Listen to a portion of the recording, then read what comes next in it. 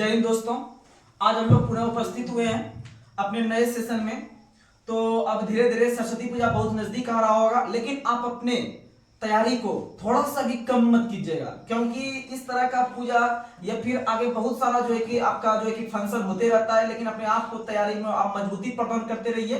और किसी भी देखिए, पूजा पाठ तो अपने जगह है, पूजा पाठ तो होते रहेगा, लेकिन आप एक है कि अगर आप अच्छा आदमी बन जाते हैं तो आपका हर एक दिन जो गुजरेगा वह एक प्रकार का जो है कि कहने का मतलब हर दिन आपका पर्व के ऐसा ही लगेगा और उतना प्यार मिलेगा आपको एक समाज में या फिर अपने फैमिली में। तो आप लोग समझ सकते होंगे उस दिन को, अगर आप जिएगा तो आपको पता चलेगा। लेकिन अभी आप जो सिलेक्शन नहीं हुआ है तो समझ लीजिए आप किसी का कॉल आता होगा तो आप बात करने से जो है कि थोड़ा सा हिचकाते होंगे। काहे कि वो उनको पता होगा, यही बात पूछेगा कि कब नौकरी ले रहा है। लेकिन अब जब आपका हो जाएगा नौकरी, अभी आप चुपचाप 1 से 1.5 साल एकदम पढ़ते रहिए, रेगुलरिटी मेंटेन करके आपका जब जॉब हो जाएगा तब देखिएगा उसी आदमी का स्टेटमेंट चेंज हो जाएगा, बात करने का तौर तरीका। और अगर आप एक बार जॉब ले लेते हैं तो आपका जिंदगी उसमें सुधर जाता है। आगे वाला जो पीढ़ी रहता है वो भी आप उसको सही दिशा निर्देश देके एक नई ऊंचाई को हासिल करवा सकते हैं। तो आइए हम लोग बिना कोई देर किए हुए शुरू करते हैं आज का टॉपिक साइंस से।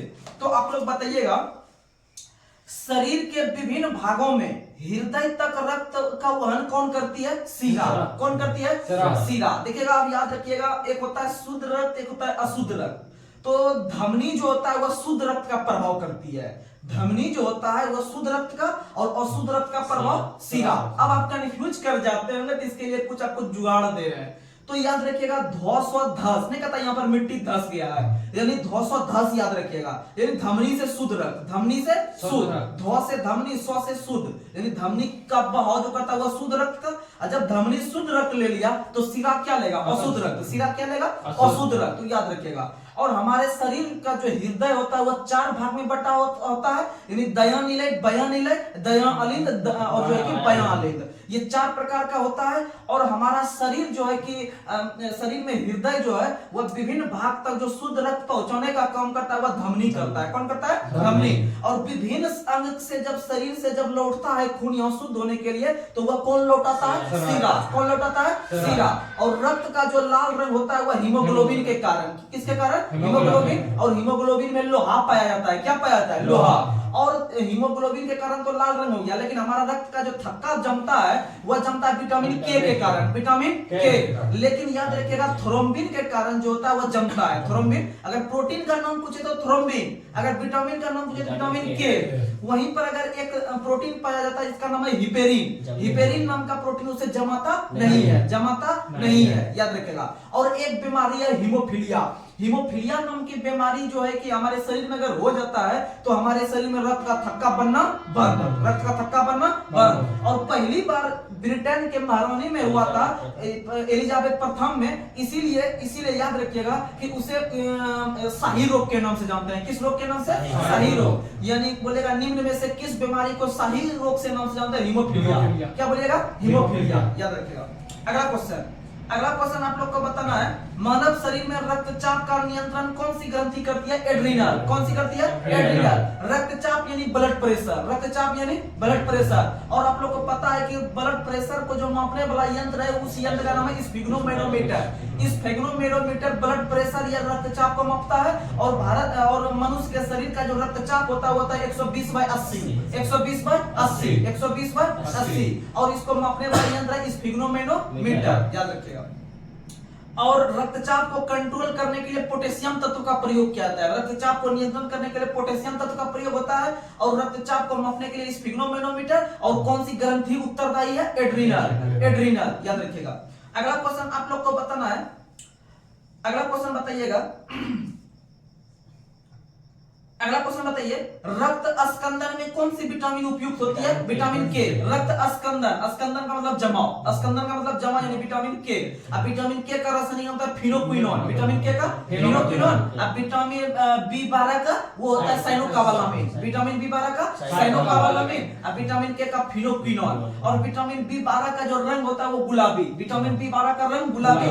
और विटामिन B12 में एक तत्व पाया जाता है कोबाल्ट। क्या पाया जाता है? कोबाल्ट, कोबाल्ट, कोबाल्ट, याद रखिएगा, विटामिन B12 में कोबाल्ट। अगला क्वेश्चन बताना है, अगला क्वेश्चन बताइएगा, निम्न में से किस बीमारी को ब्लड कैंसर कहा जाता है? ल्यूकेमिया। ल्यूकेमिया को क्या कहता है? ब्लड कैंसर, ब्लड कैंसर कहता है ल्यूकेमिया को। अगला क्वेश्चन आप लोग को बताना है, अगला क्वेश्चन बताइएगा, अग्नाशय है एक किस प्रकार की ग्रंथि? मिश्रित ग्रंथि। कैसी ग्रंथि? मिश्रित। अग्नाशय जिसको हम लोग पेंक्रियाज कहते हैं, और पेंक्रियाज जो होता है वह आपका इंसुलिन की कमी से खराब हो जाता है, और खराब जो होता है उसमें से याद रखिएगा मधुमेह नाम की बीमारी हो जाती है। कौन सी बीमारी? मधुमेह। यानी कि अग्नाशय अगर सही से काम नहीं कर रहा है तो कौन सी बीमारी का सूचक है? मधुमेह। अब मधुमेह को डायबिटीज भी कहते हैं, उसे शुगर बीमारी भी कहते हैं, जो कि प्रतिवर्ष मधुमेह दिवस 14 नवंबर को मनाते हैं, बाल दिवस के दिन। याद रखिएगा। और याद रखिएगा अग्नाशय जो है जिसे हम लोग मिश्रित ग्रंथि कहते हैं, मिश्रित ग्रंथि कहने का मतलब है कि वह एंजाइम के साथ साथ हार्मोन का भी स्राव करता है। एंजाइम के साथ साथ हार्मोन। याद रखिएगा ग्रंथि दो प्रकार के होते हैं, एक बाह्यस्रावी ग्रंथि है, अंतःस्रावी ग्रंथि। अंतःस्रावी ग्रंथि वैसे ग्रंथि को कहते हैं जो हार्मोन का स्राव करता है। जो हार्मोन का स्राव करता है उसे अंतःस्रावी ग्रंथि, और जो बाह्य स्राव करता है उसे क्या कहते हैं? एंजाइम। जो बाह्यस्रावी ग्रंथि वो होते हैं जो एंजाइम का स्राव करते हैं, एंजाइम। जैसे आप लोग को पता होगा लार ग्रंथि जो है यह एक प्रकार का बाह्य ग्रंथि है, क्योंकि लार यानी थूक जो होता है हम बाहर फेंक देते हैं, अब बाहर फेंकते हैं, ये बहिस्रावी ग्रंथि है। अर्थात ये से एंजाइम को बाहर कर रहे हैं, टाइलिन नाम का एंजाइम पाया जाता है लार में, उसको हम लोग बाहर फेंक रहे हैं, अर्थात बहिस्रावी ग्रंथि। और जैसे आप लोग का पता है यकृत, यकृत अंतःस्रावी ग्रंथि है, सबसे बड़ी अंतःस्रावी ग्रंथि। यह सबसे बड़ी ग्रंथि भी कौन है? यकृत, लीवर, जो कि विटामिन ए को संयोजित करके रखता है ग्लाइकोजन के रूप में। याद रखिएगा। अगला क्वेश्चन आप लोग को बताना है, किस बीमारी को हड्डी तोड़ बुखार के नाम से जाना है? डेंगू। किसे जाना है? डेंगू। आप लोग को बता दे कि अगर किसी को डेंगू हुआ होगा, पता चलता होगा कि 2 से 3 महीना 4 महीना तक हड्डी दर्द करते रहता है। हड्डी दर्द करने का वही कारण है कि उसे हड्डी तोड़ बीमारी के नाम से जानते हैं, उसमें हड्डी कमजोर हो जाता है, और जब हड्डी कमजोर हो जाता है तो आपका जो है कि उसमें डेंगू बीमारी होता है। और डेंगू जो बीमारी फैलता है वो कौन से मच्छर के काटने से?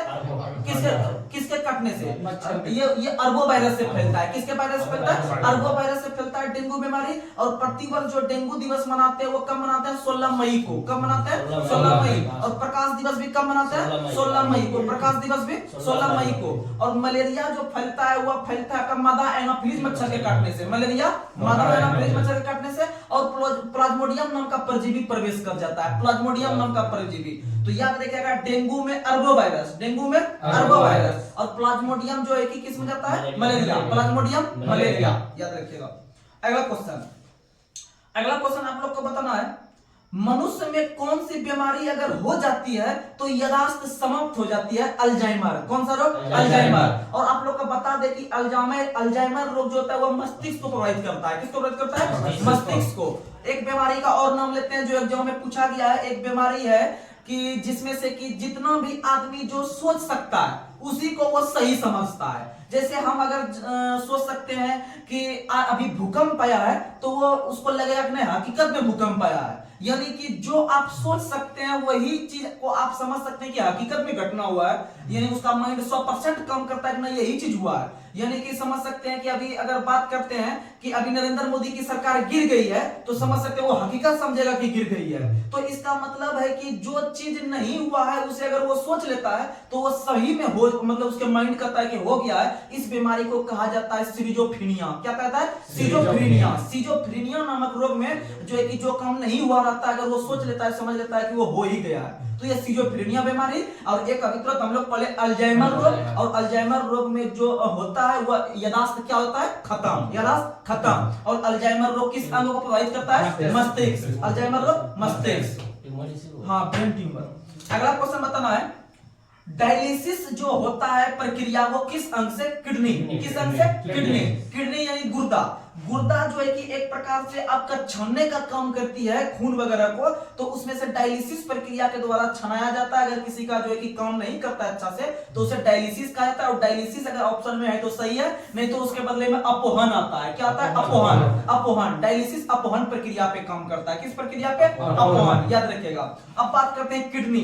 किडनी अपोहन प्रक्रिया या डायलिसिस प्रक्रिया पे काम करता है। और किडनी का इकाई होता है आपका क्या होता है? नेफ्रॉन। किडनी की इकाई नेफ्रॉन। और किडनी का अध्ययन या गुर्दा का अध्ययन करता है नेफ्रोलॉजी। क्या कहता है? नेफ्रोलॉजी। और तंत्रिका तंत्र जो होता है उसकी इकाई न्यूरॉन है। तंत्रिका तंत्र की इकाई न्यूरॉन है। और याद रखिएगा सबसे लंबी कोशिका भी कौन है? तंत्रिका तंत्र। सबसे लंबी कोशिका तंत्रिका तंत्र। याद रखिएगा।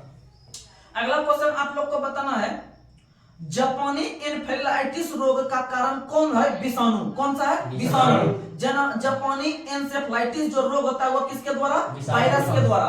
और जापान की मुद्रा जो है वह येन है। जापान की मुद्रा येन है और जापान की राजधानी टोक्यो है। जापान की राजधानी टोक्यो और जापान की राजधानी टोक्यो अराकावा नदी के किनारे। किस नदी किनारे? अराकावा। अराकावा ऑप्शन में है तो सही है, नहीं तो सुमिरा नदी। कौन सी नदी? सुमिरा नदी। और याद रखिएगा कि वर्तमान में जो जापान के जो प्रधानमंत्री है वो है फुमियो किशिदा। फुमियो किशिदा या किशिदा, फुमियो किशिदा।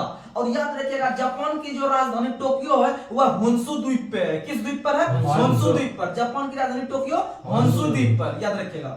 अगला क्वेश्चन आप लोग को बताना है, बर्ड फ्लू जो होता है उसके वायरस का नाम क्या है? H5N1। Bird flu H5N1, bird flu H5N1। उसी तरह से होता है स्वाइन फ्लू। स्वाइन फ्लू होता है H1N1, H1N1। Swine flu H1N1 और बर्ड फ्लू H5N1, याद रखिएगा। अगला क्वेश्चन आप लोग को बताना है, सर्वप्रथम जीवाणु का कृत्रिम संवर्धन किया था किस वैज्ञानिक ने? रॉबर्ट कोच ने। किसने किया था? रॉबर्ट कोच ने। सर्वप्रथम जीवाणु का कृत्रिम संवर्धन किया था रॉबर्ट कोच ने। और बता दें जीवाणु तो यानी जीवाणु जो होते हैं, जीवाणु से हमारे शरीर में विभिन्न प्रकार के रोग होते हैं। तो जीवाणु से जो विभिन्न प्रकार के रोग होते हैं उसमें से ट्रिक याद रख लीजिएगा, जीएसटी पंडित का टीका न्यू है। जीएसटी यानी जी से कुछ रोग होगा, एस से कुछ रोग होगा, टी से कुछ रोग होगा। जीएसटी हो गया पंडित का टीका न्यू है, यानी हाई से हैजा, न्यू से निमोनिया, यानी इस तरह से आपको सब बैठा लेना है। तो ट्रिक याद रखिएगा, जीवाणु से होने वाला रोग जीएसटी पंडित का टीका न्यू है। जी और एस से हो जाएगा गोनोरिया, एस से सिफिलिस, टी से टाइफाइड, यानी जीएसटी से 3 रोग हो गया, गोनोरिया, सिफिलिस, टाइफाइड।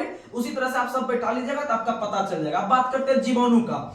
तो जीवाणु का जो खोज किया था, जीवाणु का खोज 1683 ईस्वी में ल्यूवेनहॉक ने किया था। किसने किया था? ल्यूवेनहॉक ने। और याद रखिएगा कि जीवाणु जो होते हैं, जीवाणु 3 प्रकार के होते हैं। कितने प्रकार के? 3 प्रकार के। और पूरे पृथ्वी पर जो पहला जो आपका जीव देखने के लिए मिला था वो मिला था साइनोबैक्टीरिया। क्या मिला था? साइनोबैक्टीरिया। पहला जीव का नाम था साइनोबैक्टीरिया। और बता दे कि जितना भी दलहनी पौधा होता है, दलहनी पौधा में आपका राइजोबियम नाम का जीवाणु पाया जाता है। किस नाम का जीवाणु? राइजोबियम नाम का जीवाणु पाया जाता है, याद रखिएगा। और वो नाइट्रोजनी स्थिरीकरण में काम करता है, नाइट्रोजनी स्थिरीकरण में काम करता है। और पौधे जो नाइट्रोजन को जो ग्रहण करते हैं वो नाइट्रेट के रूप में। किस रूप में? नाइट्रेट के रूप में। पौधे नाइट्रोजन को ग्रहण करते हैं किस रूप में? नाइट्रेट के रूप में। और नाइट्रोजन का जो खोज किया है वो रदरफोर्ड ने। नाइट्रोजन का खोज किसने किया? रदरफोर्ड ने। लेकिन याद रखिएगा कि नाइट्रोजन का जो परमाणु संख्या होता है वह होता है आपका 7। कितना होता है? 7। नाइट्रोजन का परमाणु संख्या 7, ऑक्सीजन 8, ऑक्सीजन 8, ओ से ऑक्सीजन, ओ से 8, ओ से ऑक्सीजन, ओ से 8, और उससे एक कम नाइट्रोजन, उससे एक कम नाइट्रोजन। अगला क्वेश्चन आप लोग को बताना है, चींटी में कितने पैर होते हैं? 6। चींटी में कितना पैर? 6। और कीट पतंग का अध्ययन एंटोमोलॉजी, कीट पतंग का अध्ययन एंटोमोलॉजी, कीट पतंग का अध्ययन एंटोमोलॉजी। और मकड़ी का अध्ययन एर्किनोलॉजी, मकड़ी का अध्ययन एर्किनोलॉजी, मकड़ी का अध्ययन ऑर्गेनोलॉजी। कीट पतंग एंटोमोलॉजी, कीट पतंग एंटोमोलॉजी, याद रखिएगा ये सब। अगला क्वेश्चन आप लोग को बताना है कि सर्वप्रथम खोजा गया पादप विषाणु का नाम क्या था? टीएमबी। क्या था? टीएमबी। आप लोग को बता देते हैं कि पौधे में पादप का मतलब होता है पेड़ पौधा, पादप का मतलब होता है पेड़ पौधा या वनस्पति, यानी कि विभिन्न प्रकार के जो रोग होते हैं पौधे में वो भी वायरस के कारण होते हैं। ऐसे देखें तो सबसे अधिक जो पौधों में रोग होता है वो कवक से होता है। लेकिन उसमें से जो विषाणु से जो उसमें से जो आपका जो है कि विषाणु से जो रोग होता है उसमें से जो पौधे में खोजा गया पहला विषाणु था हुआ था टीएमबी, जिसका फुल फॉर्म होता है tobacco mosaic virus. Tobacco mosaic virus. Tobacco का मतलब तंबाकू, टोबैको का मतलब तंबाकू, यानी पहला जो विषाणु खोजा गया था जो कि आपका वायरस का नाम था वो आपका तंबाकू में खोजा गया था। किसमें खोजा गया था? तंबाकू में, जिसका नाम था टीएमबी, जिसका नाम था टीएमबी, यानी tobacco mosaic virus. Tobacco mosaic virus ये पादप में खोजा गया पहला विषाणु का नाम था। और याद रखिएगा विषाणु का जो अध्ययन कहलाता है वह कहलाता है वायरोलॉजी। क्या कहलाता है? वायरोलॉजी या वायरोलॉजी, याद रखिएगा विषाणु का अध्ययन वायरोलॉजी। और विषाणु का जो खोज किया था वह क्या था? Ivan whisky. किसने किया था? Ivan whisky. विषाणु का खोज इवान विस्की ने 1892 में कब किया था? 1892 में विषाणु का खोज किया था, याद रखिएगा। और तंबाकू का जहां तक बात आया तो याद रखिएगा कि तंबाकू में जो पाया जाता है प्रोटीन, वो क्या पाया जाता है? निकोटीन। क्या पाया जाता है? निकोटीन। यानी तंबाकू के कारण जो हमारा जो मस्तिष्क स्थूल हो जाता है या आपका क्रिया करना थोड़ा सा स्लो कर देता है, तो याद रखिएगा कि वह निकोटीन के कारण। किसके कारण? निकोटीन। और उसमें गुणसूत्र की संख्या 48। कितना गुणसूत्र होता है? 48 गुणसूत्र, 48। अब मनुष्य में गुणसूत्र 46। मनुष्य में गुणसूत्र 46। और याद रखिएगा आलू में भी गुणसूत्र 48 होता है। आलू में भी कितना होता है? 48। और तंबाकू में भी 48। और रखिए, याद रखिएगा बंदर में 42। ब से बंदर, ब से 42। ब से बंदर, ब से 42। और टमाटर में 24। टमाटर में 24। यानी टमाटर को हम लोग चूस के खाते हैं। कैसे खाते हैं? चूस के। यानी 24 चूस 24। ठीक। उसी तरह से घोड़ों में 64। घोड़ों में 64। घोड़ा चना चबाता है 64। चौ से चना, चौ से 64। घोड़ा चना चबाता है 64। कबूतर में 80। कबूतर में 80। कबूतर में 80। और कबूतर जो है शांति का प्रतीक है। कबूतर किसका प्रतीक है? शांति का प्रतीक है। याद रखिएगा। अगला क्वेश्चन आप लोग को बताना है कि चूहा के कारण कौन सी बीमारी फैलती है? प्लेग। कौन सी बीमारी? प्लेग। और याद रखिएगा प्लेग बीमारी जो है वह सभी बीमारियों में से सबसे तेजी से फैलती है।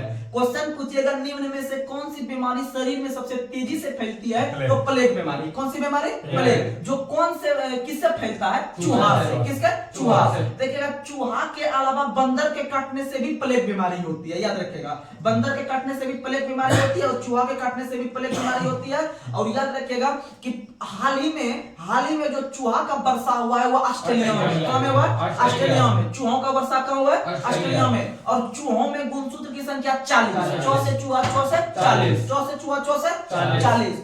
याद रखिएगा। और ब से बंदर, ब से 42। ब से बंदर, ब से 42। टमाटर 24। टमाटर 24। याद रखिएगा। अगला क्वेश्चन आप लोग को बताना है रोग का अध्ययन क्या कहलाता है? पैथोलॉजी। रोग का अध्ययन पैथोलॉजी। आप लोग देखते होंगे मेडिकल लाइन में जब बड़ा बड़ा शहर जाते हैं तो बोलते हैं यहाँ पैथोलॉजी होता है या पैथोलॉजी लैब या केंद्र ऐसा लिखा रहता है। यानी वहाँ रोग का अध्ययन होता है, या रोग का जांच होता है, या उपचार होता है। याद रखिएगा। अगला क्वेश्चन आप लोग को बताना है मलेरिया के कारण का खोज किसने किया था? Ronald Ross. किसने किया था? Ronald Ross. आप लोग को बता दें कि मलेरिया जो रोग होता है उसमें प्लाज्मोडियम वायरस से होता है। अर्थात इन्होंने ही कहा था पहली बार रोनाल्ड रॉस ने कि मलेरिया का जो वाहक है वह प्लाज्मोडियम वायरस है। कौन सा है? प्लाज्मोडियम। एक प्रकार से वाहक का जो खोज कर रहा है वो कौन कर रहा है? Ronald Ross. कौन कर रहा है? Ronald Ross. याद रखिएगा। अगला क्वेश्चन आप लोग को बताना है इटाई रोग जो कैडमियम से होता है। किससे होता है? कैडमियम। इटाई रोग जो कैडमियम से होता है, जो हमारे पेट को प्रभावित करता है, या फिर आपका जो है कि ये आपका कहने का मतलब है कि आपका आंत को प्रभावित करता है। तो याद रखिएगा इटाई रोग जो सबसे पहले हुआ था किस देश में? जापान में। सबसे पहले किस देश में? जापान में। इटाई रोग जो होता है कैडमियम से, और यह इसका प्रभावित देश था पहला जापान। कौन था? जापान। अगला क्वेश्चन आप लोग को बताना है कि मैमथ पूर्वज थे किस पशु का? हाथी का। किस पशु का? हाथी। क्वेश्चन बहुत बार पूछा गया है। मैमथ जो पूर्वज था, जैसे हम लोग का जो पूर्वज था वो बंदर था, यानी हम लोग बंदर का लेटेस्ट वर्जन है कि आदमी बने हैं, तो उसी तरह से जो हाथी का पूर्वज था वो मैमथ कहलाता था। क्या कहलाता था? मैमथ। यानी उसी के आकृति में कुछ परिवर्तन हो गया होगा। तो कहने का मतलब हाथी का अगर हम बात करते हैं तो याद रखिएगा कि हाथी के लिए भारत के अंदर में जो आपका प्रसिद्ध अभ्यारण्य है वो कौन सा अभ्यारण्य है? पेरियार। कौन सा है? पेरियार। और पेरियार वन्यजीव अभ्यारण्य केरल में है। पेरियार वन्यजीव अभ्यारण्य कहां है? केरल में। याद रखिएगा। और उसी तरह से याद रखिएगा हाथी भारत का राष्ट्रीय विरासत पशु है। हाथी भारत का राष्ट्रीय विरासत पशु है और भारत सरकार ने इसे 2010 में अपनाया। कब अपनाया? 2010 में। कब अपनाया? 2010 में। याद रखिएगा। और भारत के अंदर में जो हाथी दौड़ आयोजित किया जाता है वह किस शहर में? गंगटोक में। किस शहर में? गंगटोक में। भारत के अंदर में जो सिक्किम की राजधानी गंगटोक है वहीं पर प्रतिवर्ष हाथी दौड़ होता है। जैसे आप लोग को पता होगा भारत का एक राज्य तमिलनाडु में सांड की दौड़ होता है। सांड का दौड़ जिसे हम लोग कहते हैं जल्लीकट्टू। क्या कहते हैं? जल्लीकट्टू। उसी तरह से कर्नाटक है भारत का एक राज्य जहाँ पर भैंसा दौड़ होता है, जिसे हम लोग कम्बाला कहते हैं। कम्बाला। तो याद रखिएगा कि उसी तरह से सिक्किम का राजधानी गंगटोक है। गंगटोक में आपका प्रतिवर्ष आयोजित होता है हाथी दौड़, यानी हाथी दौड़ हो गया सिक्किम में। उसके बाद याद रखिएगा आपका ये सांड दौड़ हो गया तमिलनाडु में, और भैंसा दौड़ हो गया आपका कर्नाटक में। कहाँ हो गया? कर्नाटक में, इसे कम्बाला कहते हैं।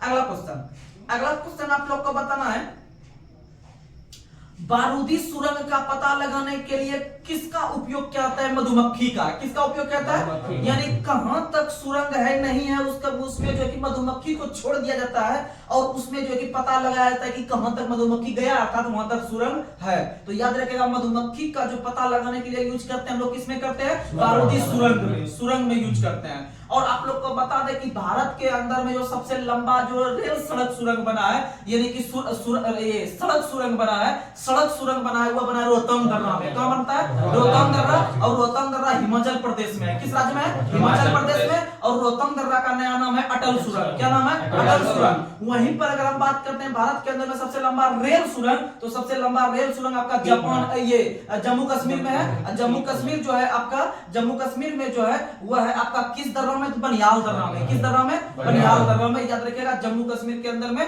आपका जो है कि है सबसे लंबा रेल सुरंग जवाहर सुरंग जिसका नाम है, और जवाहर सुरंग जो है वह बनियाल दर्रा में है। और पूरे विश्व में अगर हम देखते हैं सबसे लंबा रेल सुरंग, तो वह जापान में है, सिकन रेल सुरंग। कौन सा रेल सुरंग? सिकन रेल सुरंग पूरे विश्व में जापान में। अब भारत में सबसे लंबा रेल सुरंग है आपका जो है कि ये क्या कहते हैं उसको, बनियाल दर्रा के अंदर में स्थित है, जिसका नाम है जवाहर सुरंग। क्या नाम है? जवाहर सुरंग। वहीं अगर सड़क सुरंग पूछे तो रोहतांग दर्रा अटल टनल उसका नाम हाल ही में रखा है, जो कि आपका स्थित है हिमाचल प्रदेश में। किस राज्य में? हिमाचल प्रदेश में।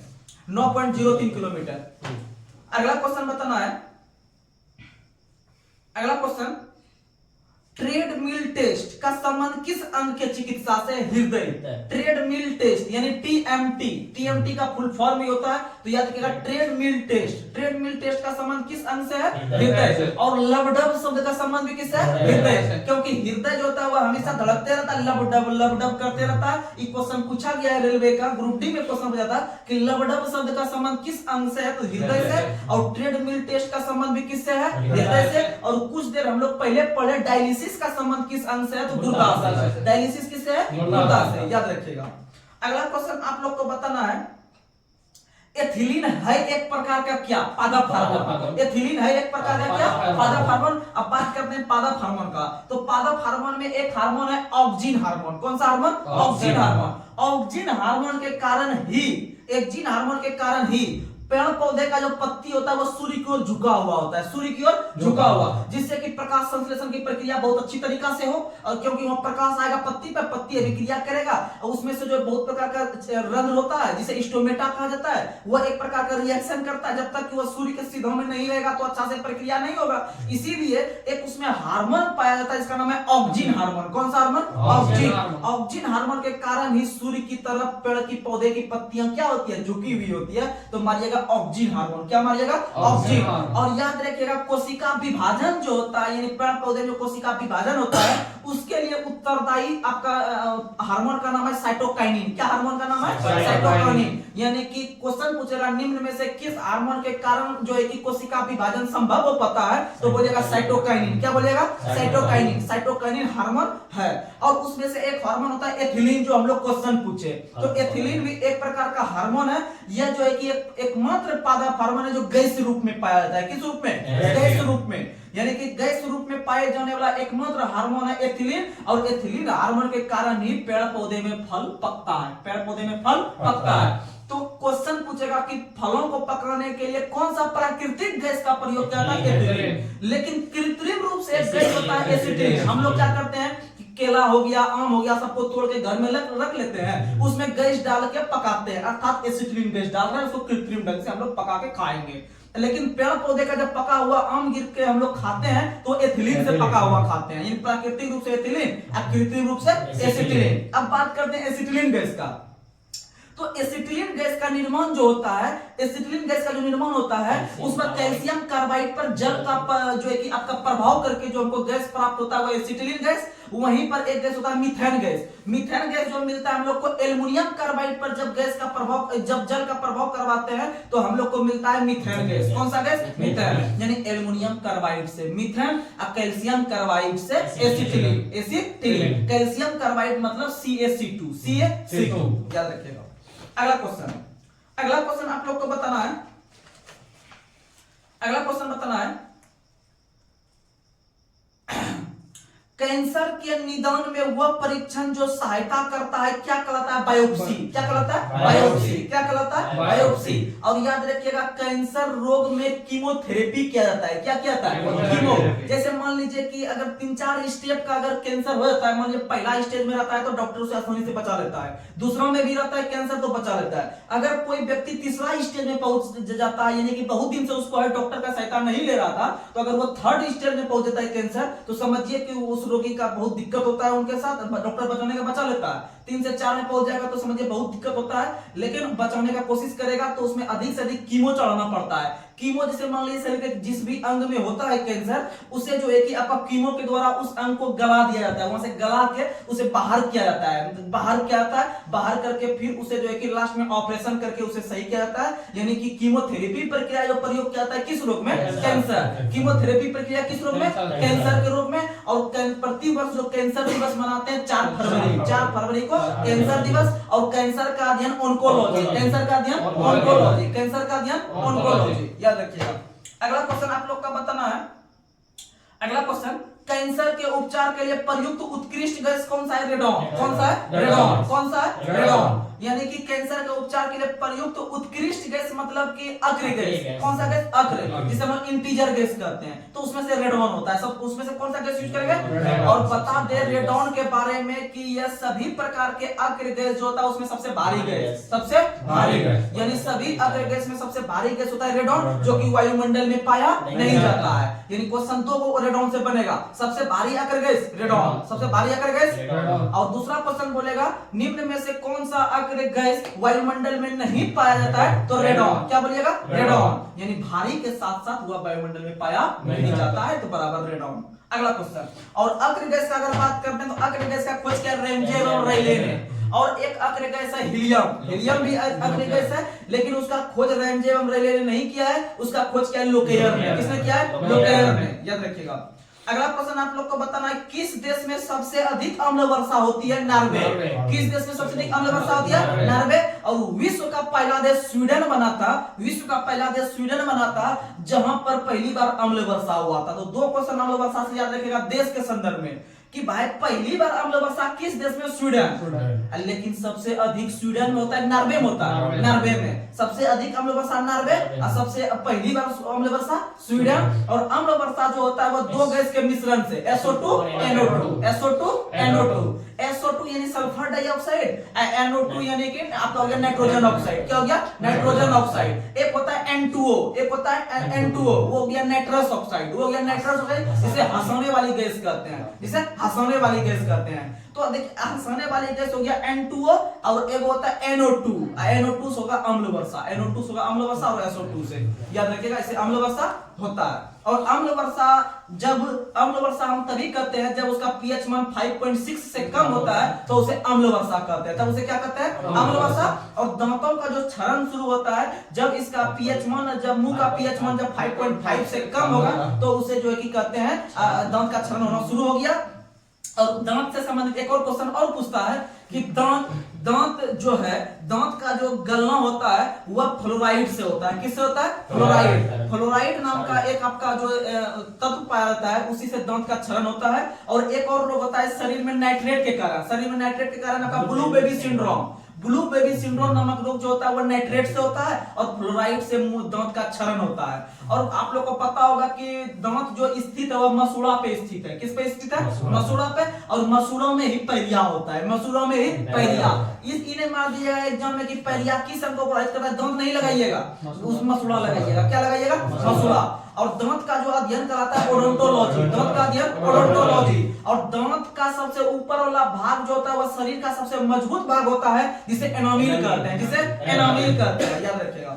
अगला क्वेश्चन आप लोग को बताना है, सबसे अधिक आघातवर्धन धातु कौन होता है? सोना।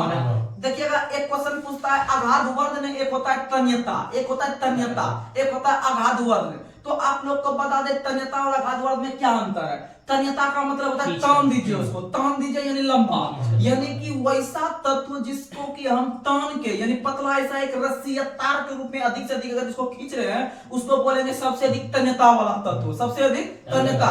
वहीं पर अगर हम पीट पीट के चादर के तरह अगर हम चौड़ा बना दे तो उसे आघातवर्ध निकलते हैं। क्या कहते हैं? आघातवर्ध। क्या कहते हैं? आघातवर्ध। तो याद रखेगा सबसे अधिक जो आघातवर्ध में होता है वो सोना, अर्थात सोना को पीट पीट के पतली से पतली चादर बना सकते हैं। और उसी तरह से एक तत्व होता है तांबा। तांबा एक ऐसा तत्व है जिससे कि आप लंबी दूरी को उसको तान के तार बना सकते हैं, जिससे कि हम बोलेंगे क्वेश्चन कि सबसे अधिक तन्यता वाला तत्व कौन सा है, तो बोलिएगा तांबा। और सबसे अधिक आघातवर्ध में पूछेगा तो मानिएगा सोना। और दोनों में अंतर पता चल गया होगा। अगला क्वेश्चन बताना है। और सोना जो होता है, सोना का उत्पादन जो सबसे अधिक करता है भारत में कर्नाटक। भारत के कुल 100% में से 98% उत्पादन जो करती है कर्नाटक अकेले राज्य करती है। और कर्नाटक के अंदर में दो जो खान है वो सोना के लिए प्रसिद्ध है। एक कोलार की खान, आप लोग देखेंगे केजीएफ फिल्म, तो कोलार की खान सोना के लिए, उसी के बगल में हट्टी की खान भी है सोना के लिए, याद रखिएगा। और तांबा के लिए खेतड़ी की खान राजस्थान में है। खेतड़ी तांबा के लिए प्रसिद्ध राजस्थान में, लेकिन भारत के अंदर में सबसे अधिक तांबा का उत्पादन मध्य प्रदेश करती है। सबसे अधिक तांबा का उत्पादन मध्य प्रदेश। और तांबा का लैटिन नाम है क्यूप्रम। तांबा का लैटिन नाम क्यूप्रम, याद रखिएगा। अगला क्वेश्चन आप लोग को बताना है। अगला क्वेश्चन बताइए।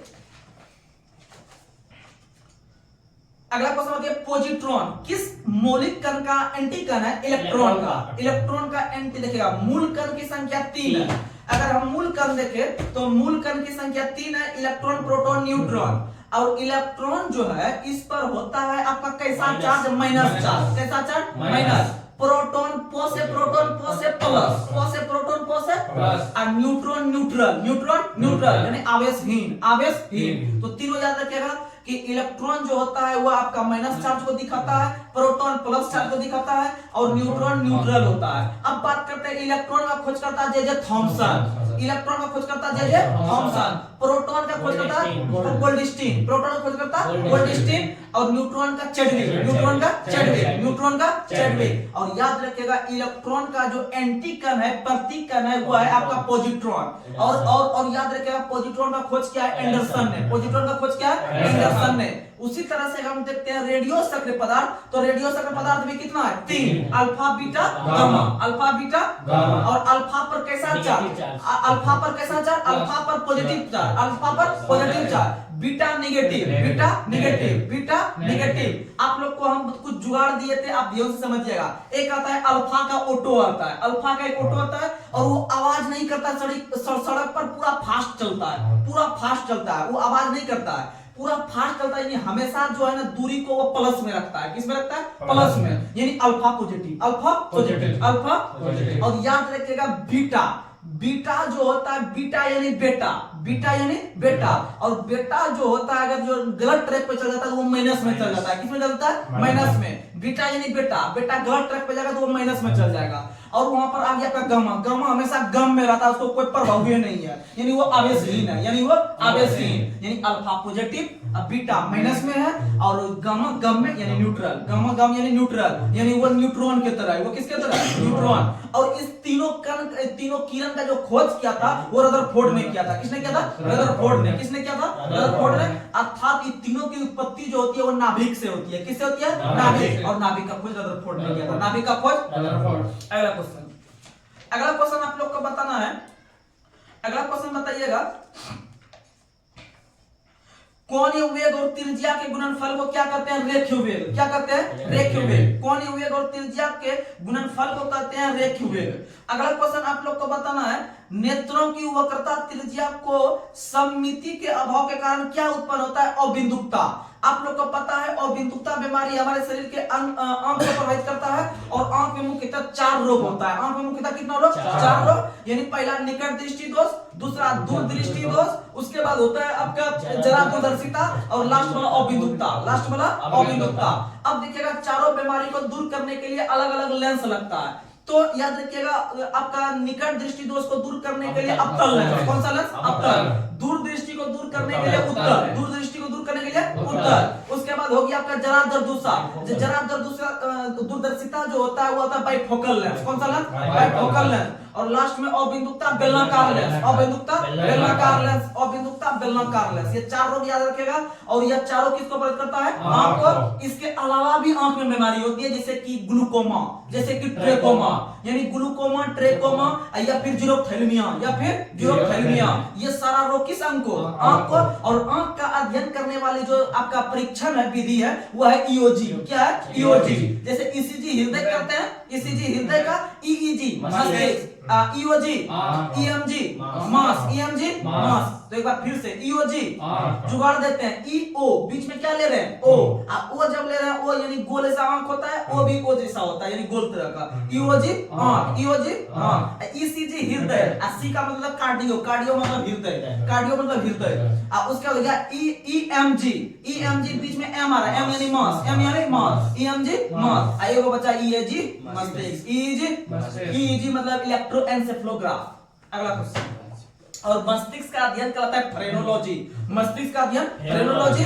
और याद रखिएगा मस्तिष्क में कुल हड्डी की संख्या 29, मस्तिष्क में कितना हड्डी? 29। और मस्तिष्क जो हमारा सुरक्षित है, एक हड्डी में सुरक्षित है जिसका नाम है क्रेनियम। क्या नाम है? क्रेनियम, जो कि किसी प्रकार के आघात से हमें बचाने का काम करते हैं, किसी अंदर में कोई प्रभाव नहीं पड़े। तो याद रखिएगा क्रेनियम नाम की हड्डी में सुरक्षित है। और मस्तिष्क का अध्ययन फ्रेनोलॉजी कहलाता है। इसमें कुल हड्डी 29 है। और याद रखिएगा मस्तिष्क का भार हमारे शरीर के भार का कुल 2%। कितना परसेंट? 2%। कितना परसेंट?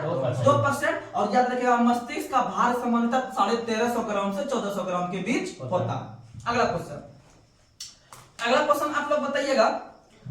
आप लोग बताइएगा, कमानीदार घड़ी में कौन सी ऊर्जा संचित होती है? स्थिति। यानी सीधा याद रखना है, घड़ी में कौन सी ऊर्जा? या फिर घड़ी में चाबी देना कौन सी ऊर्जा? स्थिति। कौन सी ऊर्जा? अच्छा, हम जो किसी भी कार्य को संपादित करते हैं, यानी कि मनुष्य द्वारा किया गया कार्य, कौन सी ऊर्जा? स्थिति। कौन सी ऊर्जा? स्थिति। अच्छा, स्थिति यानी बांध में बांधे गए पानी में कौन सी ऊर्जा? स्थिति। क्योंकि जब हम नदी पर बांध बनाते हैं, उसमें पानी को जब ब्रेक करते हैं, वहां पर जब जमाव करते हैं, तो वो गति में नहीं रहता, वो स्थिति में रहता है। स्थितिज ऊर्जा। अगर आपसे हम पूछे स्थितिज ऊर्जा का सूत्र क्या होता है? mgh। क्या होता है? mgh। और वहीं गतिज ऊर्जा का सूत्र जो है हाफ mv²। क्या होता है? Half mv²। तो गतिज ऊर्जा का मतलब जैसे हो गया, आप जैसे गति में है, यानी गति के कारण जो ऊर्जा उत्पन्न होती है उसे गतिज ऊर्जा, और स्थिति के कारण जो ऊर्जा होती है वो स्थितिज ऊर्जा। और याद रखिएगा, अगर कोई भी चीज अगर ऊंचाई पर संपन्न हो रहा है, अगर कोई भी कार्य ऊंचाई पर संपन्न हो रहा है, तो वो mgh को दर्शा रहा है, अर्थात स्थितिज ऊर्जा को दर्शा रहा है। किसको दर्शा रहा है? स्थितिज ऊर्जा। क्योंकि हम सूत्र से ही देख रहे हैं, उसमें सूत्र है mgh, जी यानी लग रहा है, यानी छोटी जी लग रहा है, अर्थात वो हाइट को दर्शा रहा है, यानी कि वो mgh। और हाफ mv² में कहीं भी जी नहीं है। जैसे अगर आपसे क्वेश्चन पूछे कि अगर कोई वस्तु छत पर से नीचे गिर रही है, तो उसमें कौन सी ऊर्जा है? तो बताइएगा उसमें स्थितिज ऊर्जा है, अर्थात वो mgh को दर्शा रहा है। किसको दर्शा रहा है? mgh को। अगला क्वेश्चन आप लोग बताना है कि समुद्र की गहराई को किससे मापते हैं? फाइदोमीटर। किससे मापते हैं? फाइदोमीटर। और इसे हम लोग फैदम में दर्शाते हैं। किस में दर्शाते हैं? फैदम में। और एक फैदम बराबर होता है 6 फीट। एक फैदम बराबर 6 फीट। एक फैदम बराबर 6 फीट। और याद रखिएगा कि समुद्र पर जो जहाजों की गति को मापते हैं, वो मापते हैं किससे? टाइकोमीटर से। किससे मापते हैं? टाइकोमीटर से। किससे मापते हैं? टाइकोमीटर से। वहीं पर जहाजों पर जो समय को ज्ञात करते हैं, वो ज्ञात करते हैं क्रोनोमीटर से। जहाजों पर समय क्रोनोमीटर, जहाजों पर समय क्रोनोमीटर। और क्रोनोमीटर का आविष्कार हैरिसन ने, क्रोनोमीटर का आविष्कार हैरिसन ने। अगला क्वेश्चन आप लोग को बताना है, जर्मेनियम तथा सिलिकॉन एक किस प्रकार का तत्व है? अर्धचालक। कैसा है? अर्धचालक यानी सेमीकंडक्टर। जैसे कि आप लोगों को बता दें, चालक का मतलब होता है कि जिसमें विद्युत धारा का प्रभाव बहुत आसानी से हो जाए, जैसे तांबा, सोना, चांदी, ये सब ऐसा तत्व है ना कि इसमें बिना रुकावट का एकदम धारा बहुत फास्ट भागता है। वहीं पर आपका अगर सिलिकॉन जर्मेनियम को देखें, यह कुछ मात्रा में गुजरता है, यानी कि इसमें जो है कि गति बहुत स्लो ढंग से चलता है। इसे हम लोग कहते हैं अर्धचालक, यानी आधा चालक है, आधा चालक। और एक होता है कुचालक। कुचालक का मतलब है कि उसमें पढ़ाई तो होगा ही नहीं। जैसे लकड़ी हम लोग ले लिए, तो लकड़ी ले लिए, प्लास्टिक ले लिए, ये सब क्या है? कुचालक पदार्थ है। इसमें विद्युत धारा का प्रभाव नहीं होता है। अच्छा, विद्युत धारा का ऐसा है मतलब एम्पियर। विद्युत धारा का ऐसा है मतलब एम्पियर। अच्छा, एम्पियर सेकंड किसका मतलब है? आवेश का। किसका मतलब है? आवेश का, एम्पियर सेकंड आवेश का, और अगर कूलम पर सेकंड पूछे तो विद्युत धारा का, कूलम पर सेकंड पूछे तो विद्युत धारा का, और विद्युत धारा का ऐसा ही मात्रक होता है बायोट। क्या होता है? बायोट, याद रखिएगा। और हाँ, विद्युत धारा का सीजीएस मात्रक बायोट, और एसआई मात्रक एम्पियर, एसआई मात्रक एम्पियर, और 1 एम्पियर बराबर होता है 10 बायोट, 1 एम्पियर बराबर 10 बायोट। और विद्युत धारा का जो प्रभाव होता है वह इलेक्ट्रॉन के गति के कारण संभव हो पाता है। किसके गति के कारण? इलेक्ट्रॉन। इलेक्ट्रॉन पर कैसा आवेश? माइनस। कैसा आवेश? माइनस। प्रोटॉन पर प्लस, और न्यूट्रॉन पर न्यूट्रल। अगला क्वेश्चन आप लोग को बताना है कि सूर्य के सबसे नजदीकी तारा कौन सा है? Proxima Centauri. कौन सी है? Proxima Centauri. अब बात करते हैं सूर्य का, तो सूर्य जो है कि हमारे सौरमंडल का मुखिया है, क्योंकि वो सबसे बीच में है, सबसे बीच में है, और अन्य ग्रह जो है कि उसकी चारों ओर परिक्रमा लगाते हैं। अब बात करते हैं सूर्य का, तो सूर्य से संदर्भ में एक वैज्ञानिक है जिसका नाम है कोपरनिकस। कोपरनिकस ने सूर्य केंद्र सिद्धांत दिया है। कोपरनिकस ने कौन सा सिद्धांत? सूर्य केंद्र, क्योंकि आप लोग को बताए थे, एक दिया था पृथ्वी को मूल बिंदु का केंद्र माना था, एक सूर्य को केंद्र माना था। तो सूर्य को जो केंद्र माना था उसे सूर्य केंद्र सिद्धांत कहा गया, जिसे कोपरनिकस ने दिया था। तो इसमें सूत्र बताए थे, ये बताए थे सुका, सुका, सुका, यानी सूर्य केंद्र सिद्धांत कोपरनिकस, सूर्य केंद्र सिद्धांत कोपरनिकस। उसी तरह भूमि को यानी पृथ्वी को जो केंद्र माना था वो टोल्मी ने माना था, क्योंकि उसमें बताए थे भुट्टा, भुट्टा, हम लोग भुट्टा खाते हैं, भुट्टा यानी मक्का को खाते हैं, भुट्टा। भूमि केंद्र टोल्मी, भूमि केंद्र टोल्मी, और सूर्य केंद्र कोपरनिकस, सूर्य केंद्र कोपरनिकस, यानी सुका भुट्टा, सुका भुट्टा, याद आ जाएगा। अब बात करते हैं इसमें से इसका कोपरनिकस का, तो कोपरनिकस का जो संबंध था वह आपका था, कोपरनिकस का संबंध था पोलैंड से। कहां से था? पोलैंड से। वहीं जो आपका ग्रहों का गति का नियम दिया वो केपलर ने दिया है। किसने दिया है? केपलर ने। ग्रहों का गति का नियम पक्का पक्की 1600 में केपलर ने दिया है, और केपलर का संबंध जर्मनी से, केपलर का संबंध जर्मनी से। और सौरमंडल का खोज किया है कोपरनिकस ने, सौरमंडल का खोज किया है कोपरनिकस ने 1540 में, 1540 में, 1540 में। कोपरनिकस का घर हो गया पोलैंड, और केपलर का घर हो गया जर्मनी, केपलर का घर हो गया जर्मनी। और आइंस्टीन का जन्म भी हुआ था जर्मनी में, आइंस्टीन का जन्म भी हुआ था जर्मनी में, और आइंस्टीन ने दिया है E बराबर mc स्क्वायर, E बराबर, जिसे हम लोग सापेक्षता का सिद्धांत या अपेक्षता का सिद्धांत या थ्योरी ऑफ रिलेटिविटी के नाम से जानते हैं। और इन्होंने यह सिद्धांत 1905 में दिया था, 1905 में दिया था, और आगे चलकर 1921 में इसे नोबेल पुरस्कार से सम्मानित किया गया। अगला क्वेश्चन आप लोग को बताना है कि किस रंग का अपवर्तनांक सबसे अधिक होता है? बैगनी। किस रंग का अपवर्तनांक सबसे अधिक होता है? आप लोग को बता दे कि सबसे अधिक सिर्फ तरंगदैर्घ्य होता है लाल का। सबसे अधिक में अगर पूछे तो तरंगदैर्घ्य अगर पूछे सबसे अधिक तो लाल का, बाद बाकी सब अधिक होता है बैगनी का। किसका अधिक होता है? बैगनी का, याद रखिएगा, बैगनी का। यानी सबसे अधिक परिकिरणन पूछेंगे क्या मानिएगा? बैगनी। सबसे अधिक परिकिरणन बैगनी। अगला क्वेश्चन आप लोग को बताना है किस ग्रह का घनत्व पानी से कम है? शनि। आप लोग को बता दे कि वर्तमान समय में परंपरागत ग्रह की संख्या 8 है। परंपरागत ग्रह का मतलब है जिसे अभी ग्रह की श्रेणी का दर्जा है। जैसे आप लोग को पता है कि विभिन्न प्रकार के ग्रह हैं, और ग्रह जो है कि सूर्य के चारों ओर अपने पथ पर चक्कर लगा रहे हैं। अगर मान लीजिए कोई ग्रह दूसरे ग्रह के चक्कर में घुस जा रहा है तो उसे हम लोग बाहर कर देंगे। उसे क्या कर देंगे? बाहर। हम बोलेंगे कि यह जो है कि ग्रह का जो परिभाषा है उसे फुलफिल नहीं कर रहा है। जब उसे फुलफिल नहीं कर रहा है तो उसे ग्रह की श्रेणी से बाहर कर देंगे। इसी तरह का हम लोग के लिए देखने के लिए मिला था 2006 ईस्वी में। 2006 ईस्वी में जिसे हम लोग यम कहते हैं या प्लूटो कहते हैं, तो उसे ग्रह की श्रेणी से निकाल इसलिए दिया क्योंकि वो दूसरे के ग्रह में घुस जाते थे। जब दूसरे के पद पे घुस जाएंगे या रास्ता में घुस जाएंगे तो एक प्रकार से वो वहां पर आपका जो है कि उत्पन्न होगा कि नहीं होगा, यानी वहां पर गड़बड़ी उत्पन्न होगा। जब गड़बड़ी उत्पन्न होगा तो उसे बौने ग्रह के श्रेणी में डाल दिया, अर्थात वहां से उसे बाहर कर दिया। क्या कर दिया? बाहर। तो क्वेश्चन पूछेगा कि निम्न में से यम ग्रह को किस वर्ष IAU ने बौने ग्रह की श्रेणी में डाल दिया? 2006 में। 2006 में प्राग में एक बैठक हो रहा था IAU का, वहीं पर यम यानी प्लूटो को जो है कि क्या कर दिया? बाहर कर दिया। क्या कर दिया? बाहर। और IAU का फुल फॉर्म होता है इंटरनेशनल एस्ट्रोनॉमी जो है कि आपका यूनियन, इंटरनेशनल एस्ट्रोनॉमी यूनियन, यानी अंतरराष्ट्रीय खगोल संघ, अंतरराष्ट्रीय खगोल संघ, अंतरराष्ट्रीय खगोल संघ जिसका मुख्यालय पेरिस में है। उन्होंने 2006 में यम ग्रह को बाहर कर दिया। इसलिए क्या? क्योंकि वो दूसरे के चक्कर में घूम जाते थे। तो इस प्रकार से वर्तमान समय में अगर देखें जो सही रास्ते पे चल रहा है उसकी संख्या 5 3 8 है। कितना है? 8 है। कितना है? 8। इसमें से सबसे बड़ा बृहस्पति है, सबसे बड़ा बृहस्पति, और सबसे छोटा कौन है? बुध है, सबसे छोटा बुध है। और उसमें से अगर हम देखें उसका भार के दृष्टिकोण से तो वो शनि सबसे हल्का है, क्योंकि उसका घनत्व सबसे कम है, सबसे घनत्व कम है। उसको अगर जल पर रखेंगे तो वो तैरने लगेगा। तो क्वेश्चन पूछता है सबसे कम घनत्व वाला तत्व, ये सबसे कम घनत्व वाला ग्रह कौन सा है? शनि। सबसे कम घनत्व वाला ग्रह शनि। वहीं अगर हम देखें सबसे अधिक घनत्व वाला ग्रह तो वो शुक्र है। वो कौन सा है? शुक्र है। वो कौन सा है? शुक्र है। याद रखिएगा, शुक्र, बृहस्पति नहीं मारिएगा, शुक्र मारिएगा, सही होगा। अगला क्वेश्चन, और लाल ग्रह किसे कहते हैं? मंगल। अब पृथ्वी का जुड़वा बहन शुक्र, पृथ्वी का जुड़वा बहन शुक्र। और इसको रोमन देवता के नाम पर किस ग्रह का नाम पड़ा है? शुक्र। रोमन देवता के नाम पे किस ग्रह का नाम पड़ा है? शुक्र। अच्छा, सुबह का तारा किसे कहते हैं? भोर का तारा किसे कहते हैं? अच्छा, कितने ग्रह को एक भी उपग्रह नहीं है? 2 को। किसको किसको? बुध और शुक्र, बुध और शुक्र, बुध और शुक्र, याद रखिएगा। अगला क्वेश्चन, और पूरे सौरमंडल का अध्ययन क्या कहलाता है? सौरमंडल कॉस्मोलॉजी। क्या कहलाता है? कॉस्मोलॉजी। क्या कहलाता है? कॉस्मोलॉजी, याद रखिएगा। और चंद्रमा का जो अध्ययन कहलाता है वो सेलेनोलॉजी। चंद्रमा का अध्ययन सेलेनोलॉजी। और जीवाश्म ग्रह के नाम से किसे जानते हैं? चंद्रमा को, जीवाश्म ग्रह। और चंद्रमा पृथ्वी का एकमात्र उपग्रह है। चंद्रमा पृथ्वी का एकमात्र उपग्रह है। और चंद्रमा पर ही शांति सागर स्थित है। चंद्रमा पर ही शांति सागर स्थित है, जिसे सी ऑफ ट्रैंक्विलिटी कहते हैं, जिसे सी ऑफ ट्रैंक्विलिटी अर्थात शांति सागर कहते हैं, याद रखिएगा। अगला क्वेश्चन, अगला क्वेश्चन, इंद्रधनुष में बीच में कौन सा रंग होता है? हरा। कौन सा रंग होता है? हरा। और इसमें कितने रंग होते हैं? 7 रंग। कितना रंग? 7। और इंद्रधनुष जो बनता है वह बनने का है आपका सूर्य के विपरीत दिशा में, सूर्य के विपरीत दिशा, सूर्य के विपरीत दिशा।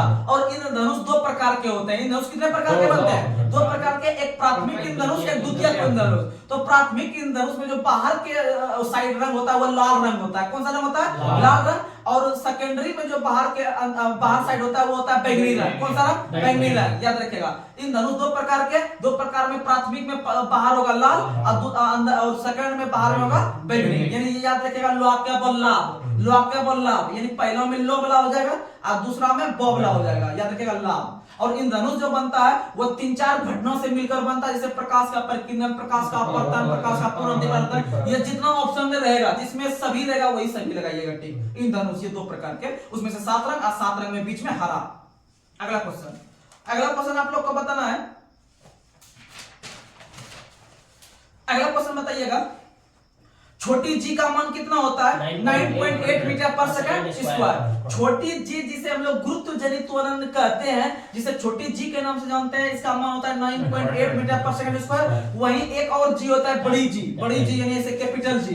तो बड़ी जी का मान होता है 6.67 गुना 10⁻11 न्यूटन मीटर स्क्वायर प्रति केजी स्क्वायर। यानी बार फिर से बोल देते हैं, बड़ी जी का मान होता है 6.67 गुना 10⁻11 नरेंद्र मोदी स्क्वायर बटे केजरीवाल स्क्वायर, यानी एनएम स्क्वायर बटे केजी स्क्वायर। याद रखिएगा, ये बड़ी जी का मान हो गया।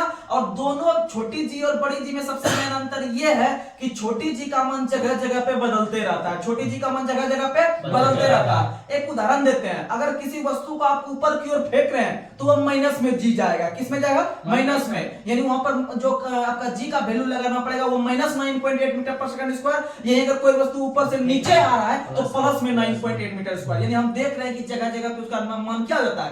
चेंज हो जाता है। क्या होता है? चेंज। अगर आप चंद्रमा पे जाते हैं तो वहां पर जी का मान कम ही नहीं करेगा, वहां पर जी का मान कम ही नहीं करेगा उपग्रह वगैरह पे। तो याद रखिएगा। उसी तरह से अगर हम बड़ी जी का मान देखते हैं, इसको आप ब्रह्मांड के किसी भी जगह ले जा सकते हैं, बड़ी जी का मान वही रहेगा 6.67 10⁻11 न्यूटन मीटर स्क्वायर पर केजी स्क्वायर। तो यानी बड़ी जी जो और छोटी जी में कुछ अंतर दिखने के लिए मिला। अब बात करते हैं बड़ी जी का जो मान होता है 6.67, आखिर दिया है किस वैज्ञानिक ने? ये दिया है कैवेंडिश ने। किस वैज्ञानिक दिया है? कैवेंडिश ने। याद रखिएगा, ये क्वेश्चन एग्जाम का एनटीपी से पूछा हुआ है कि बड़ी जी का मान जो होता है वो किस वैज्ञानिक ने दिया है? कैवेंडिश ने। कैवेंडिश ने, याद रखेगा। और आप लोग को बता दे, वही कैवेंडिश जो हाइड्रोजन का खोज किया था। किसका खोज? हाइड्रोजन गैस का खोज किया है कैवेंडिश ने, लेकिन हाइड्रोजन बम का खोज किया है एडवर्ड टेलर। हाइड्रोजन बम का खोज किया है एडवर्ड टेलर, याद रखिएगा, एडवर्ड टेलर 1952 में खोज किया था। अगला क्वेश्चन, उसी तरह से और 2 बम है। न्यूट्रॉन बम, न्यूट्रॉन बम का खोज किया है सैमुअल कोहेन। न्यूट्रॉन बम का खोज किया है सैमुअल कोहेन। उसी तरह से एक बम है परमाणु बम, परमाणु बम का खोज किया है ऑटो हॉर्न। परमाणु बम का खोज ऑटो हॉर्न। तो तीनों बम याद रखिएगा, परमाणु बम, ऑटो हॉर्न न्यूट्रॉन बम सैमुअल कोहेन। उसी तरह से पूछेगा आपका जो है कि hydrogen bomb Edward Teller, hydrogen bomb Edward Teller.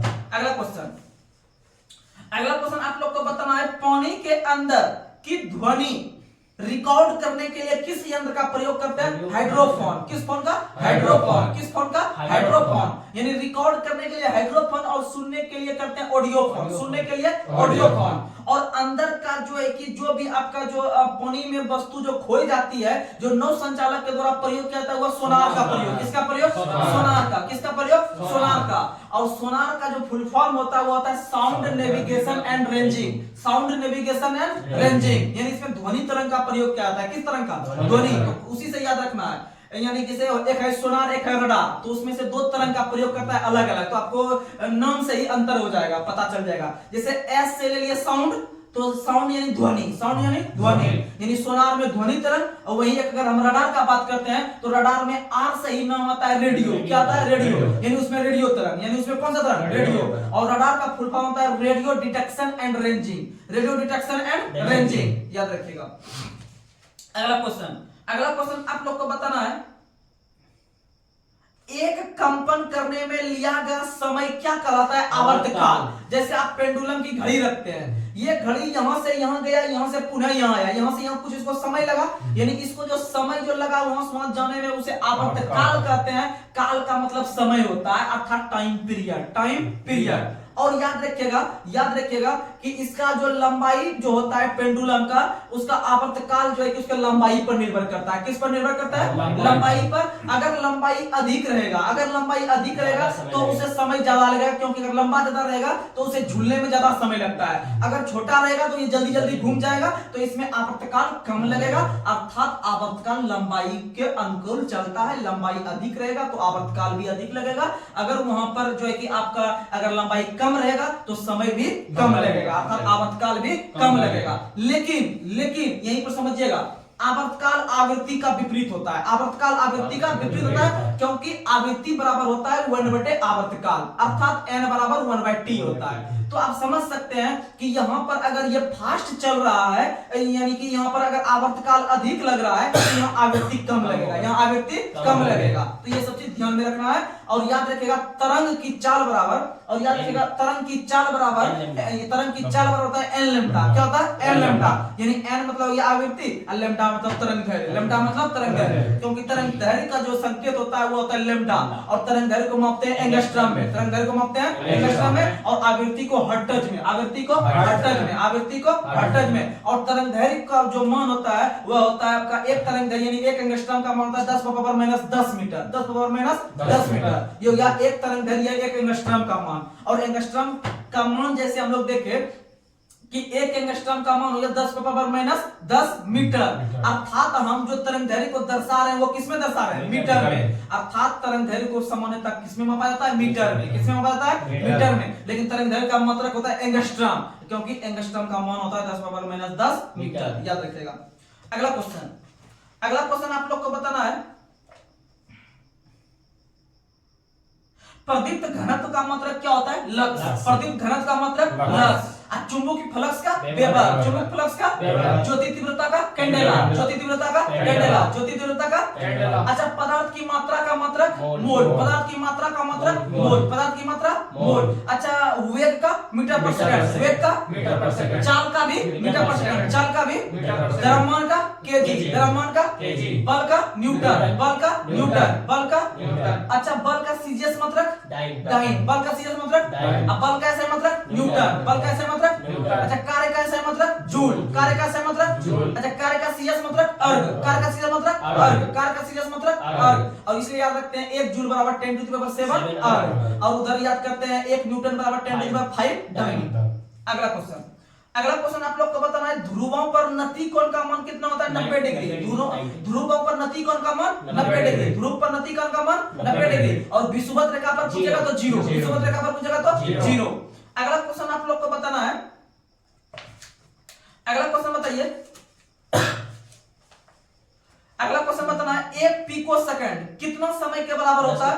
10⁻⁻12 second, 10⁻⁻12 second. और फेम्टो होता है 15, फेम्टो होता है 15। और पिको होता है 12, पिको होता है 12। और 12 होता है लेकिन पिको ये माइनस में होता है। यानी 10 पे पावर माइनस 12 बोलेंगे तो पिको बोलेंगे। क्या बोलेंगे? पिको। अगर 10 पे पावर 12 प्लस में बोलेंगे तो उसको बोलेंगे टेरा। क्या बोलेंगे? टेरा। क्या बोलेंगे? टेरा। टेरा यानी 12, टेरा यानी 12, 12 यानी 12। 10 पे पावर 12 प्लस में बोलेंगे तो टेरा, और 10 पे पावर माइनस में 12 बोलेंगे तो ये सब पिको। क्या बोलेंगे? पिको। अगला क्वेश्चन आप लोग को बताना है, यूरेनियम के नाम के विखंडन के अंत में कौन सा तत्व प्राप्त होता है? सीसा। कौन सा तत्व? सीसा। और याद रखिएगा, सीसा पूरे ब्रह्मांड में सबसे अस्थायी तत्व है, वह कभी भी सड़ता गलता नहीं है। सीसा जिस स्थिति में रहता है उसी स्थिति में रहता है, इसीलिए वो एक प्रकार का अस्थायी तत्व है। तो क्वेश्चन बहुत बार एग्जाम में पूछा गया है, निम्न में से कौन सा तत्व अस्थायी तत्व है? तो सीसा। कौन सा है? सीसा। सीसा का संकेत क्या होता है? पीबी। क्या होता है? पीबी। और सीसा से ही बनता है सिंदूर। क्या बनता है? सिंदूर। ये सॉरी, पारा से क्या बनता है? सिंदूर। सीसा से ना, एचजीएस हो गया पारा से ना, पीबीएस होता है। हाँ पीबीएस हो गया आपका, सिंदूर हो गया पारा से। सिंदूर किससे हो गया? पारा से। और याद रखिएगा, पारा का जो सबसे मुख्य अयस्क का नाम है सिनेबार। क्या है? सिनेबार। सिनेबार किसका अयस्क है? पारा का। किसका अयस्क है? पारा का। उसी तरह गैलेना आता है, गैलेना। गैलेना किसका अयस्क है? सीसा का। गैलेना किसका अयस्क है? सीसा का। गैलेना सीसा। अब सिनेबार पारा, सिनेबार पारा, पारा यानी एचजीएस। अगला क्वेश्चन आप लोगों को बताना है, क्रेस्कोग्राफ का आविष्कार किसने किया है? जेसी बोस। क्रेस्कोग्राफ का आविष्कार किसने किया है? जेसी बोस। जेसी बोस। क्रेस्कोग्राफ जो कि आपका पौधे की गति को मापता है। अगला क्वेश्चन आप लोग को बताना है, अगला क्वेश्चन, हवाई जहाज में चालक के बैठने की जगह को क्या कहा जाता है? तो याद रखिएगा, कॉकपिट। क्या कहता है? कॉकपिट। क्या कहता है? कॉकपिट। यानी हवाई जहाज के चालक जिस सीट पर बैठते हैं उसे क्या कहता है? कॉकपिट। और एक क्वेश्चन पूछता है कि हवाई जहाज को जहां पर रखा जाता है, या फिर जैसे कि आप लोग को पता हो कि ट्रेन सबको जहां लगाया जाता है उसे यार्ड कहते हैं, उसी तरह से जहां पर ट्रेन को ये हवाई जहाज को लगाने वाली जगह को क्या कहते हैं? तो उसे कहते हैं हैंगर। क्या कहते हैं? हैंगर। हवाई जहाज को जहां पर लगाते हैं हैंगर। इन्हें समझिएगा कि हैंगर में कपड़ा को रखते हैं, तो इन्हें समझिएगा, तो गलत हो जाएगा। यानी क्वेश्चन वहां पर पूछेगा एग्जाम में, यानी कि ये गाड़ी अनुपात गैरेज, गाड़ी अनुपात गैरेज। और उसी तरह प्रोपोर्शन देकर लिख देगा वहां पर हवाई जहाज अनुपात वाट, तो लिखिएगा वहां पर हैंगर। क्या लिखिएगा? हैंगर। यानी जिस प्रकार से गाड़ी को गैरेज में रखते हैं, उसी तरह से हम लोग हवाई जहाज को रखते हैं किसमें? हैंगर में। उसी तरह से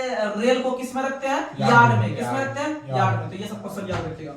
अगला क्वेश्चन आप लोग को बताना है, विशिष्ट ऊष्मा का सबसे अधिक किस द्रव्य में होती है? पानी में। यानी विशिष्ट ऊष्मा जो होता है सबसे अधिक किसमें होता है? जल में। किसमें होता है? जल में। और जल को सार्वत्रिक विलायक के रूप में जानते हैं। जल को किस रूप में जानते हैं? सार्वत्रिक विलायक। और याद रखिएगा, जल जो जमता है कितना डिग्री सेल्सियस पर? 0 डिग्री सेल्सियस पर। कितना डिग्री पर? 0। और जल का जो सबसे अधिक घनत्व होता है 4 डिग्री पर। जल का सबसे अधिक घनत्व 4 डिग्री पर। और जल का सबसे अधिक आयतन जो होता है 0 डिग्री पर। कितना डिग्री पर? 0। क्योंकि आप लोग को बता दे कि जल का जो आयतन होता है वो जमने पर बढ़ता है। जल का आयतन जमने पर बढ़ता है, अर्थात जल जो जम रहा है कितना डिग्री पर? 0 पर। अब उसी पर उसका आयतन क्या होगा? अधिक होगा। क्या होगा? आयतन अधिक होगा। इसीलिए कहते हैं कि ठंडे के दिन में जो पाइप जो पानी वाला फट जाता है, प्लास्टिक वाला, वह उसका जो है कि फटने का कारण यही है कि जल जो जमता है वह बर्फ बन जाता है। बर्फ बनने पर वह जो है कि थोड़ा सा और आयतन खुलने लगता है, इसीलिए पाइप क्रैक कर जाता है। पाइप क्या होता है? क्रैक। अर्थात जल जो जमता है तो उसका आयतन में क्या होता है? बढ़ोतरी। और जल जम रहा है कितना डिग्री पर? 0 डिग्री पर। अर्थात जल का आयतन अधिक कहां मारेंगे? 0 डिग्री पर। कहां मारेंगे? 0। और जल का आयतन जब 0 पर अधिक हुआ तो कम कहां होगा? 4 पे। कम कहां होगा? 4 पे, क्योंकि उसका विपरीत होता है। अगला क्वेश्चन आप लोग को बताना है, सर्वाधिक वेधन क्षमता वाला कौन सी किरण होती है? गामा। कौन सी किरण? गामा। सर्वाधिक वेधन क्षमता गामा। और गामा किरण का जो खोज किया है वह किया है किसने? पॉल विलार्ड ने। किसने किया है? पॉल विलार्ड ने। गामा किरण का खोज किया है पॉल विलार्ड ने। और गामा किरण एक प्रकार की विद्युत चुंबक तरंग है। आप लोग को बता दें, गामा किरण, एक्स किरण, पराबैंगनी किरण, दृश्य विकिरण, अवरक्त किरण, लघु रेडियो तरंग, ये दृश्य किरण, ये जितना किरण अभी हम बोले, इतना ही किरण सिर्फ जो है वह क्या है? विद्युत चुंबक तरंग। और विद्युत चुंबक तरंग के अंतर्गत गामा किरण आता है। और गामा किरण का खोज जो किया है वह किया है पॉल विलार्ड ने। और गामा किरण का नामकरण किया है रदरफोर्ड ने। किसने किया? रदरफोर्ड ने। और गामा किरण की वेधन क्षमता जो है वह सबसे अधिक होता है, याद रखिएगा। अगला क्वेश्चन बताना है, अगला क्वेश्चन बताइएगा, अगला क्वेश्चन बताइए, central institute of fresh water aquaculture किस शहर में स्थित है? भुवनेश्वर। कहां स्थित है? भुवनेश्वर। वही भुवनेश्वर जहां पर आपका नेशनल एडवांस टेक्नोलॉजी है, नेशनल एडवांस टेक्नोलॉजी वो भुवनेश्वर में है। और भुवनेश्वर वर्तमान में उड़ीसा की राजधानी है, 1948 से बना हुआ है, 1948 से बना हुआ है। तो आइए आज का हम लास्ट सवाल कर रहे हैं और कुछ दिन के बाद आपके पास नया नया बुक लाएंगे, आपको और अच्छा से सिलेबस मिलेगा। अभी जो है कि आपका थोड़ा सा विद्यार्थी लोग भी अभी चले गया है सरस्वती पूजा में, या ड्यूटी रहने के कारण जो है कि उतना ज्यादा नहीं हो पा रहा है अभी छात्र। तो आप लोग आप रेगुलर बने रहिएगा और जो भी एग्जाम आएगा, एग्जाम को मद्देनजर रखते हुए आपके पास हम लोग अलग अलग क्लास भी लाएंगे और इस तरह से ग्रुप डिस्कशन रहेगा। आप सिर्फ इसे रेगुलरिटी मेंटेन कीजिए और रेगुलरिटी मेंटेन करने के बाद इस मतलब समझिए कि अगर हम ये क्वेश्चन पूछ रहे हैं साइंस से, तो साइंस में आपको हम स्टैटिक भी बता देते हैं, साइंस में आपको हम जीके भी बता देते हैं। तो आप इसे सिर्फ रेगुलर से सुनिएगा, आपको कहीं भी कमी महसूस नहीं होगा। अगर होगा तो आप कमेंट बॉक्स में कमेंट जरूर कीजिएगा और उसे हम दूर करने का हद तक प्रयास करेंगे। सिर्फ आप लोग रेगुलरिटी मेंटेन कीजिए। आप बेधड़क अगर कोई दिक्कत बुझाता है तो आप लोग कमेंट में कमेंट कीजिएगा या डायरेक्ट मैसेज कर सकते हैं। आप लोग सिर्फ इस चैनल को अधिक से अधिक शेयर कीजिए और शेयर करके जो है कि उसे भी आप प्रोत्साहित कीजिए कि आप इस क्लास को अधिक से अधिक देखिए, जो कि उसके पक्का इससे जो है कि पूरा हेल्प मिलेगा और एग्जाम पक्का निकलेगा उसका। तो आइए आज का लास्ट सवाल आप लोग कमेंट बॉक्स में कमेंट कीजिएगा। आज का लास्ट सवाल आप लोग के लिए है जो कि आप लोग कमेंट बॉक्स में कमेंट करते हैं। जैसे हम लोग कल पूछे थे कि जापान की मुद्रा क्या है, तो बहुत सारे छात्र ने उसका सही जवाब दिया था येन। जापान की मुद्रा येन है और चीन की मुद्रा युआन है। चीन की मुद्रा युआन है। बहुत कंफ्यूजन वाला चीज है। तो आप लोग इसे बहुत बृहद पैमाने पे बहुत सारे छात्र ने लिख कर भेजे थे और ये जो आप लिखते हैं और हम देखते हैं तो इससे हमें बहुत खुशी मिलती है कि छात्र इसे लास्ट तक वीडियो को देखते हैं और वीडियो को देखकर जो है कि फायदा उठा रहे हैं। तो हमें बहुत जो है कि अनुभूति प्राप्त होता है कि आप लोग मेरा कहे हुए बात को आप लोग मान रहे हैं। और जो है कि हकीकत में ग्रुप डिस्कशन सबसे बेस्ट चीज है पढ़ाई का। आप कितना भी क्लास कहीं क्यों ना कर लीजिए, अगर आप ग्रुप डिस्कशन अगर आप शाम में 1 से 1.5 घंटा अगर इसे देख लेते हैं तो आपका जो जितना क्लास पढ़े हैं उसका सब निचोड़ आपके पास देखने के लिए मिलेगा। तो आप रेगुलरिटी रहिएगा। तो आपके पास हम लास्ट सवाल रख रहे हैं। तो आप लोग बताइएगा, गुणित अनुपात का नियम किस वैज्ञानिक ने दिया है? यह क्वेश्चन आरआरबी ने इस बार एनटीपीसी का हो या ग्रुप डी का हो अलग अलग शिफ्ट में पूछने का काम किया है, तो आगे भी पूछेगा। तो मेरा क्वेश्चन पुनः सुन लीजिए दोबारा, गुणित अनुपात का नियम किस वैज्ञानिक ने दिया है? आप लोग कमेंट बॉक्स में कमेंट कीजिएगा। हमें आपका ये इस सवाल का जवाब का बेसब्री से इंतजार रहेगा। तो आप लोग पुनः जो है कि कल उपस्थित होंगे। तो आप लोग तब तक के लिए अपना मेहनत को जी जान लगा के एक कर दीजिए। धन्यवाद। शुभ रात्रि।